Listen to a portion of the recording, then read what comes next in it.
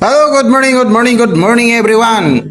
Kibalo ba mo na kinsay pinakabagag naong karon sa relihiyon sa tibok kalibutan? Ang Seventh-day Adventist ang pinakabaga og naong sa tibuok kalibutan. Kay kusog sila mo angkon na sila daw kuno nakasunod sa Biblia. Sila nakasunod sa sugo sa Dios. Pero apan ang mga Hudyo gitagaan sa sugo sa Dios, wala man gani nila nasunod ng napulo ka sugo. Wala gani na nila nasunod. Ito nang klarohon kaya naman siya Sabbath was made for the man. Nang iyang conclusion, man has authority. Na ang mga kaigsuunan atong sabton kung unsa man ning Sabbath was made for the man. Hisgot gani kag Sabbath was made for the man. Dili na siya authority igsuon. Example, ang ospital.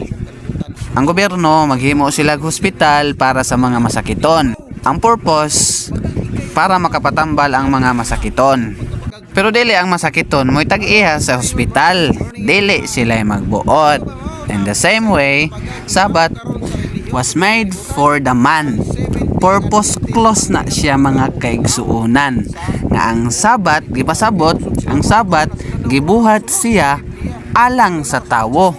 Dili ang tawo gibuhat para sa Sabbath. Purpose close na siya.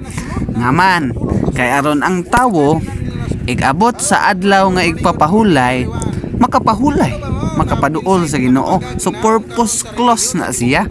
Dili aron ang tawo mo'y magbuot sa Sabat. Diya nga bahin, medyo nasayop ang atong higala nga si Brother Judah Gabriel. Kay naghuna-una man siya nga authority na nga ang tawo na magbuot. Nya kung atong basahon ang Biblia, wa may nagbuhat nga lain sa adlaw nga igpapahulay kun dili Ginoo man.